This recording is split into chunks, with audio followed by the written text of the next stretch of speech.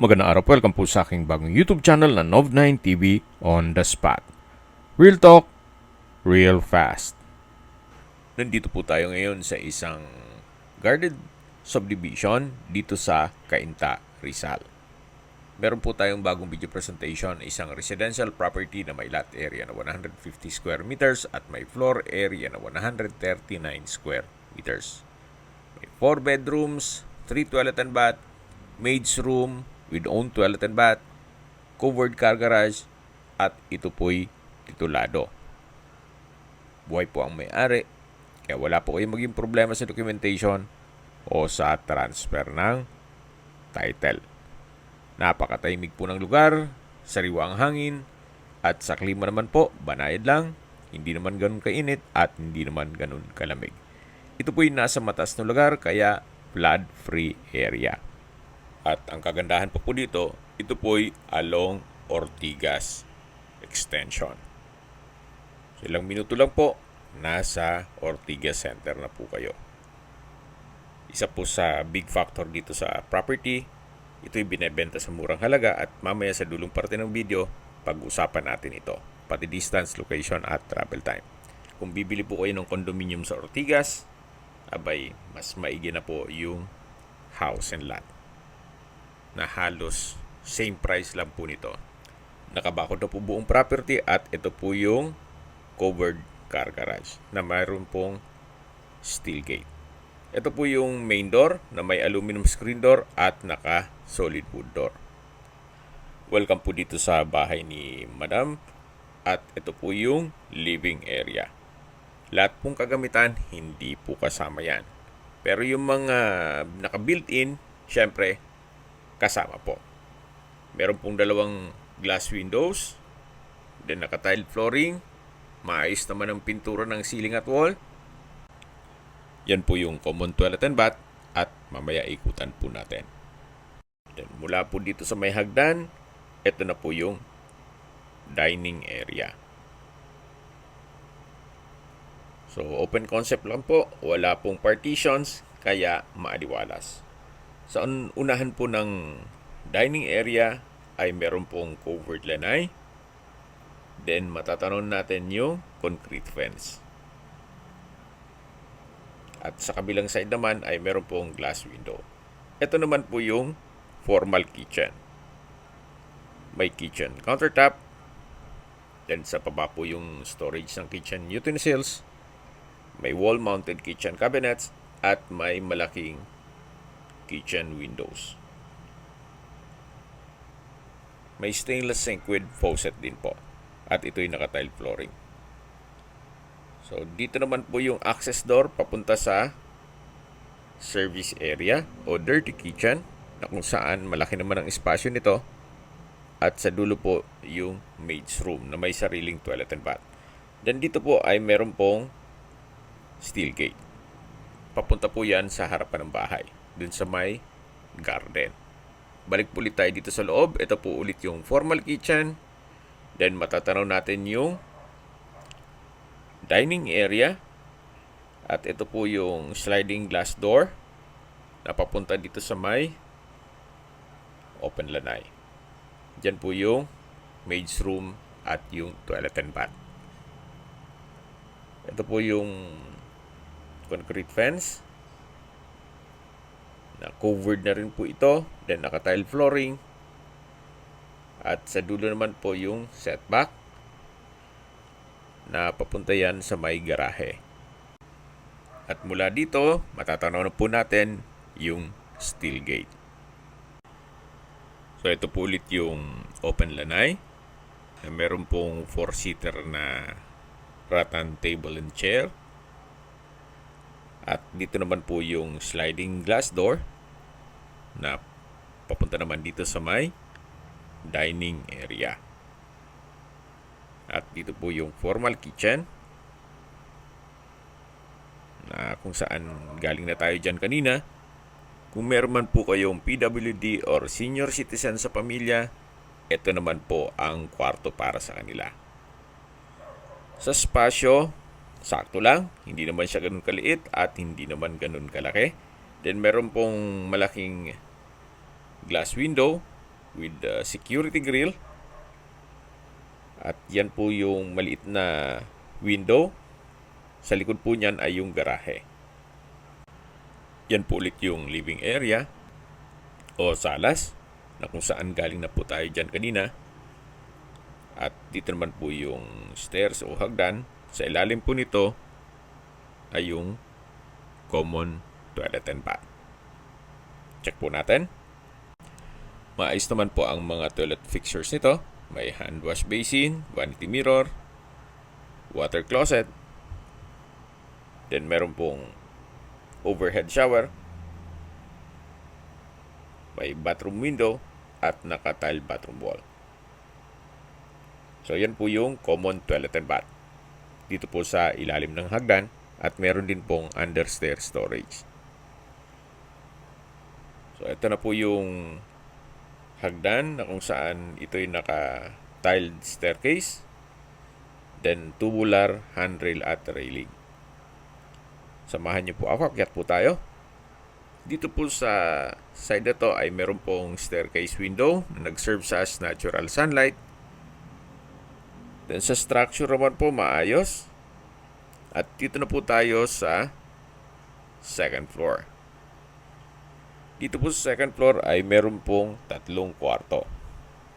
Ito po yung first bedroom. Katabi lang niya yung second bedroom.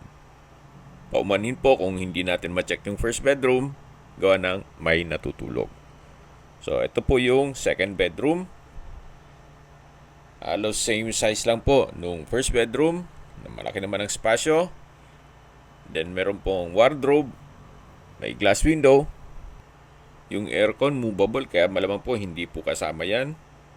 Ganon din po dito sa mga bedroom furnishings. So bare lang po ito as in literal na house and lot. Katabi lang po nitong 2 kwarto ang common toilet and bath. Dito sa second floor. May vanity mirror, hand wash basin, water closet, then shower enclosure, tile bathroom wall, may hot water shower set, then may bathroom window. So ito po yung common toilet and bath dito sa second floor. So, mula naman po dito, ito po yung master's bedroom. Malaki po ang espasyo. Then, ganun din po, may customized glass window. Yun po yung pintuan na kung saan tayo pumasok. Then, yan po yung wardrobe. At meron din po itong sariling toilet and bath. So, napakalaki po ng espasyo nitong master's bedroom. Check po natin itong toilet and bath. Meron din po itong hand wash basin, vanity mirror, then water closet, at meron din po itong overhead shower at bathroom window. Then tile bathroom wall na rin po. So ito po yung toilet and bath dito sa master's bedroom. Tunghayan niyo po ulit itong master's bedroom kung saan napakalaki po ng espasyo. So lalabas na po tayo dito. At matatanaw natin yung 2 kwarto na kung saan yan po yung first bedroom na hindi natin napasok. Yan po yung hagdan na may malaking staircase window. At dito naman po ay may family room. Ito pong family room, actually, kung malaking pamilya kayo, pwede pong i-convert ito for another room. Total, meron namang covered lanay. Malaki po ang espasyo nito. Then customized glass window. Then meron pong access door dito papunta naman sa balkonahe. Hanggang dun sa likod po yan. Ito po yung toilet and bath nung master's bedroom. At sa baba po nitong balkonahe o terrace ay yung garahe. At yan po yung pasad. Then dito po sa baba ay yung pocket garden. At yan po yung pedestrian gate kung saan tayo pumasok kanina. So yan po, tunghahin nyo po itong inyong mga magiging kapitbahay. So maayos naman po ang neighborhood dito.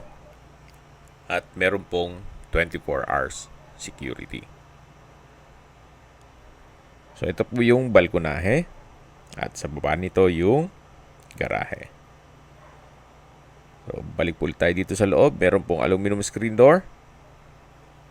Then nandito po ulit tayo sa family area. Then, mula po dito sa family area, ito yung hallway.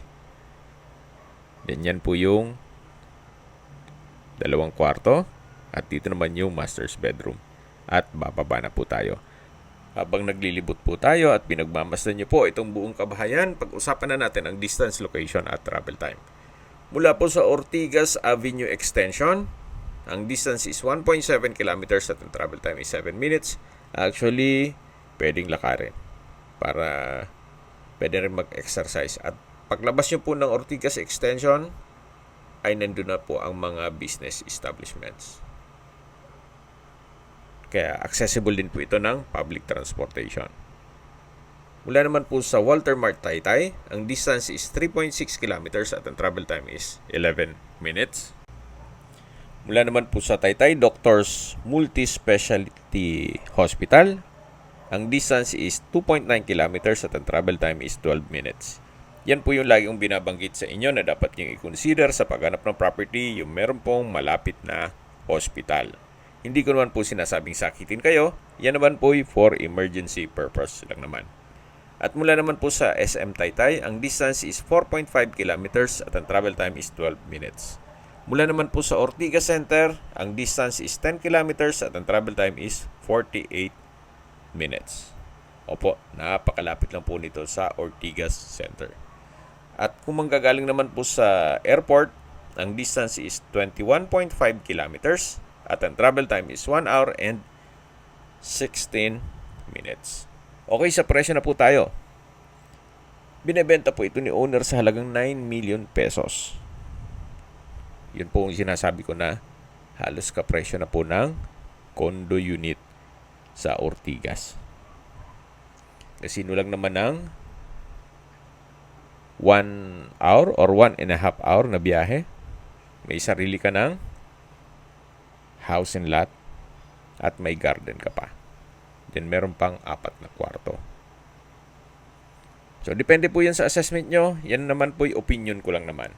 Ito po yung maid's room pala. Then katabi lang yung toilet and bath. Kung may mga katanungan po kayo, tawag lang po kayo sa aking numero. At sa mga kababayan naman natin nasa ibang bansa, meron pa akong Telegram. Sa mga iPhone user naman, may iMessage. Meron din pong Imo, Skype, Viber at WhatsApp. Same number lang po, 0917-316-3399. Sa mga nagtatanong naman po ng aming Facebook, meron po kaming Facebook page na Nov9TV at Facebook Real Video. Meron din pong TikTok at Instagram. May ibang YouTube channel po kami na The Nov9TV Channel, Nov9TV Listings, Nov9TV Updates, at Nov9TV On The Spot. Real Talk, Real Fast. Sana po naibigan nyo ang video presentation. Paki-like and subscribe na lang po sa aking channel para ma-update din po kayo sa aking future listings. Kung sakali po hanap nyo mas malaking sukat na lupa, meron din po kami ibang listings na pwede nyong pagpilian. Huwag po kayong mag-atubling tumawag sa amin. Then let us know your budget para malaman namin kung anong property pwede namin ilok sa inyo. Sa lahat pong viewers, subscriber at nagtiwala po sa amin, salamat po sa suporta. Ingat po kayo lagi at yung pamilya. Maraming salamat po.